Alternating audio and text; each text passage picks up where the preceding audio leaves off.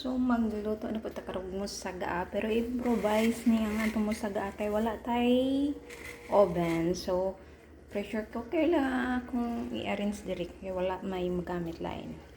Stay tuned! So, ato na siyang i-arrange sa kaldero sa pressure cooker. So, ang una na akong i-arrange sa ilalim is ang patatas. So, potato first. And then the fried eggplant. Ato na siyang i-arrange. Dayon, ibutang na to pag humanda ni ang minced meat nga atong giluto ayos chicken. Minced chicken. Ano rin siya kasimple.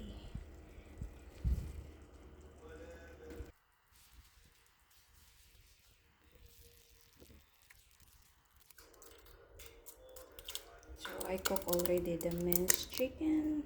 And this is it. Ito na siya i-tatag.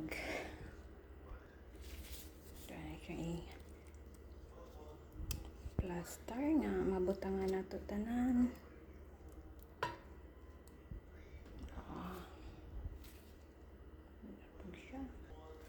Then ito i-arrange sa ibabaw ang potato na pod. So, na rin siya ka-simple. Arrange lang siya. But it's perfect. And then, the same lang sa ilalong gihapon. So, atong giprito nga talong or eggplant. Fried eggplant. Babinjan siya sa Arabic.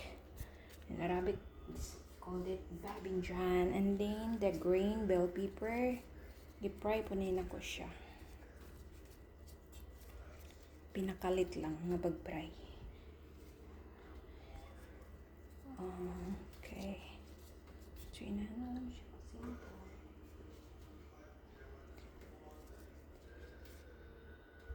And then, pag human na pag-arrange ka na, ito yung butangan sa mozzarella sa ibabaw.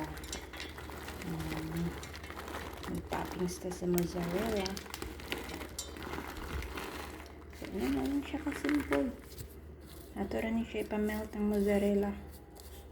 Pila ka minutes ka kalayo. Thank you so much for watching, and don't forget to subscribe, like, and share my video. God bless everyone. Oh, improvise.